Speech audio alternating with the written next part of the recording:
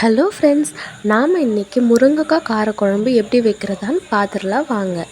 அதுக்கு முன்னாடி ஒரு கடாயில் 4 டேபிள் ஸ்பூன் அளவுக்கு எண்ணெய் விட்டுக்குங்க. கூடவே 1/4 டீஸ்பூன் அளவுக்கு சீரகம் ஆட் பண்ணிக்கோங்க. 1/4 டீஸ்பூன் அளவுக்கு கடுகு ஆட் பண்ணிக்கோங்க. கடுகு நல்லா பொரிஞ்சதும் 2 வெங்காயம் கட் பண்ணி ஆட் பண்ணிக்கோங்க. கூடவே கருவேப்பிலை ஆட் பண்ணிக்கோங்க. வெங்காயம் நல்லா பொன்னிறமாக வதங்கணும். இந்த அளவுக்கு வதங்கினா போதும். இப்போது 2 பெரிய சைஸ் தக்காளி நல்லா கட் பண்ணி ஆட் பண்ணிக்கோங்க. 5 பல் பூண்டு இடித்து ஆட் பண்ணிக்கோங்க. தேவையான அளவு உப்பு ஆட் பண்ணிக்கோங்க.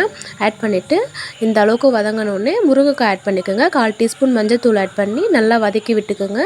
முருங்கைக்காய் ஒரு 5 நிமிஷம் நல்லா குக் ஆன உடனே மிளகாய்த்தூள் 1 டீஸ்பூன், மல்லித்தூள் 1/4 teaspoon, garam masala 1/4 teaspoon add பண்ணி நல்லா கலக்கி விட்டுக்கோங்க. இப்போது 1½ கப் அளவுக்கு தண்ணி விட்டு நல்லா கலக்கி விட்டுக்குங்க. இப்போது மூடி போட்டு மூடி வச்சிடலாம். இப்போது இது ஒரு 1/2 அன் ஹவர் நல்லா கொதி வந்த உடனே இந்த பாருங்கள், எண்ணெய்லாம் நல்லா பிரிஞ்சிருக்கு. இப்போது கொத்தமல்லி இலைகளை போட்டு இறக்குனா முருங்கைக்காய் காரக்குழம்பு ரெடி. இப்போது நீங்கள் சர்வ் பண்ணிடலாம்.